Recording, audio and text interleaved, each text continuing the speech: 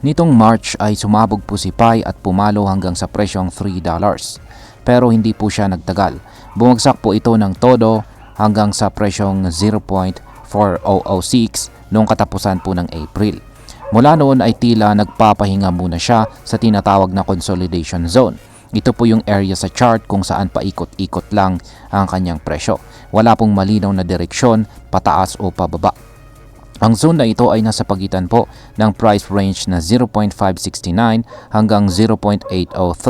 At sa unang linggo po ng May ay sumilip pa ito sa itaas at naabot ang presyong $1.66. Pero mabilis din itong bumalik sa loob ng range. Kaya sa madaling salita, parang sinusubukang tumalon ni Pi pero nabitawan niya ang hagdan. At ayan, bago po tayo magpatuloy ay pakibasa na lamang po muna ang disclaimer dito sa ibaba ng ating screen. At ayan, check po natin yung kanyang kasalukuyang presyo ngayon dito po kay CoinGecko. Ayan, kanina ay nasa 0.85 siya at ngayon ay bumaba po siya ng bahagya at nasa presyong 0.8423 na po siya. 9.8% na increase. Yan, balikan po natin ang ating balita rito. Ang source po ng ating balita rito ay mula sa Inside Bitcoin. Yan, simulan po natin sa Fibonacci levels at paano po ito nakakaapekto kay Pi Network. Meron po tayong isang chart dito ng Pi USDT na trading pair. 12-hour chart time frame po ito at mula ito sa datos ni MEXC. Ayan, kung hindi mo pa naririnig ang Fibonacci retracement, isa po itong tool na ginagamit ng mga traders para tukuyin kung maaring huminto, bumalik o mag-reverse ang presyo ng isang asset. Para po itong forecast kung saan tatama ang presyo base sa mga previous highs at saka lows. Ayan, dito sa chart ay yan po yung mga horizontal lines na kulay blue. Ayan po yung ating Fibonacci indicator dito. Ayan, sa kaso po ni Pi Network ay may tatlong pangunahing Fibonacci retracement levels na kailangan po nating abangan. Una ay ang level na 0.618. Yan po ay nasa presyong 0.986 at ito po ay kadalasan na itinuturing na strong resistance. Dito madalas nagpapahinga ang mga bulls o buyers. Sunod ay ang 0.5 level ng Fibonacci. Yan po ay nakatapat naman sa presyong $1.115 na presyo. Yan po ang susunod na target kung makakalampas itong si Pi. Yan, pangatlo ay ang 0.382 na Fibonacci level at yan naman po ay nakatapat sa presyong 1.244. Isa rin po itong posibleng resistance. At kung talaga namang magpapakatatag si Pi, pwede po niyang maabot ang previous high na $1.662 at ang ultimate target na $2.337 gamit ang 161.8% na Fibonacci extension. Isang 187% gain po yan kung sakali. Pero teka, hindi lang good news ang meron tayo. Paano kung bumagsak ulit itong si Pi Network? Kapag hindi kinaya ni Pi na lampasan ang upper limit ng range sa presyong 0.803, malaki po ang posibilidad na bumagsak ito pabalik sa 0.569. At kung mas malala, pwede pang bumagsak muli sa 0.4006 katulad po ng nangyari noong buwan ng April.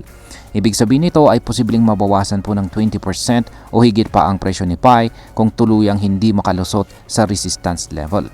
Ito yung sinasabi ng mga analyst na make or break point. Nasa gitna ngayon si Pi ng desisyong tataas ba siya ulit o tuluyan ng babagsak. Ngayon is pag-usapan naman po natin ang tungkol sa RSI or Relative Strength Index. Yan, ang RSI o Relative Strength Index ay isang technical indicator na nagsasabi kung overbought or oversold na ang isang asset. Ang dito po sa chart, ang RSI natin ay yung nandito sa pinakaibabang bahagi ng chart natin dito. Kaya yan, at makikita natin dito na ang kanyang value ay nasa 49.48. Ibig sabihin ay nasa gitna lang siya. Hindi po siya overbought at hindi rin siya oversold. Kaya neutral lamang po siya. Ang interpretation po dito ay meron pang malawak na space para gumalaw ang presyo, pataas man or pababa.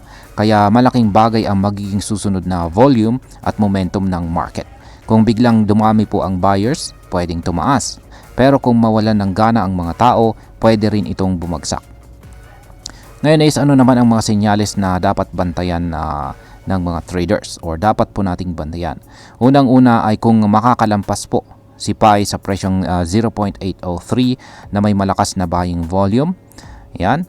Kung mangyari ito ay mataas po ang chance na maabot niya ang presyong 0.986 level at baka magtuloy-tuloy pa. Kaya napakalapit na po niyan sa presyong psychological price threshold na $1. Pero kung bigo ito at ma-reject ang presyo, asahan natin ang pagbaba pabalik po sa presyong 0.569 o baka mas mababa pa. Bukod po sa chart, importante ring bantayan natin ang mga official announcement ng PAI Core Team, lalo na kung may update sa kanilang mainnet launch, exchange listings o partnerships. Ito po ang mga bagay na pwedeng biglang magpataas ng presyo ni PAI. Ngayon is ano po ang ibig sabihin nito para sa atin bilang mga Pinoy crypto trader at investor ni PAI Network. Bilang mga Pinoy na madalas na umaasa sa mga long-term potential ng mga bagong crypto gaya po ni PAI Network, malagang maging maingat po tayo at huwag po tayong magpadala sa hype. Oo, may potential si PAI pero hindi ito nangangahulugan na guaranteed ang pagtaas ng presyo. Lalo pat hindi pa ito listed sa mga major exchanges tulad ni na Binance at saka Coinbase. Sa ngayon ang PAI ay heavily dependent pa rin sa speculative trading at mga localized platforms. Kung nag-invest ka na, isipin mo ito bilang high risk investment at maganda ring mag-set up ng stop loss kung nagtitrade ka actively. Huwag mong iasa ang buong portfolio mo kay PAI. Diversify ika nga. Bilang panghuli, ang masasabi ko naman tungkol dito ay sa tingin ko, maganda ang ideya at saka vision ni PAI Network. Lalo na sa layunin nitong gawing accessible ang crypto mining sa mga ordinaryong tao gamit lang ang cellphone. Maraming nainganyo na mga bagong users sa crypto space at yan ay isang magandang bagay. Pero habang hindi pa ito listed sa malalaking exchanges at habang kulang pa ito sa liquidity at saka real world utility, dapat maging realistic po tayo sa ating expectations. Hindi naman po masama ang umasa, pero mas maganda kung may kasamang kaalaman at analysis ang bawat galaw natin sa crypto. Sa kabuuan, kung PAI coin holder ka po, huwag kang manghinayang kung bumaba man ito. Ang market ay laging may cycles. Ang mahalaga ay alam mo kung kailan papasok, kailan lalabas, at kailan hihintayin ang tamang oportunidad. At ayun, hanggang dito na lamang po tayo sa video na ito mga ka-crypto. Marami pong salamat sa panonood. Ingat po tayo lagi at God bless po sa ating lahat.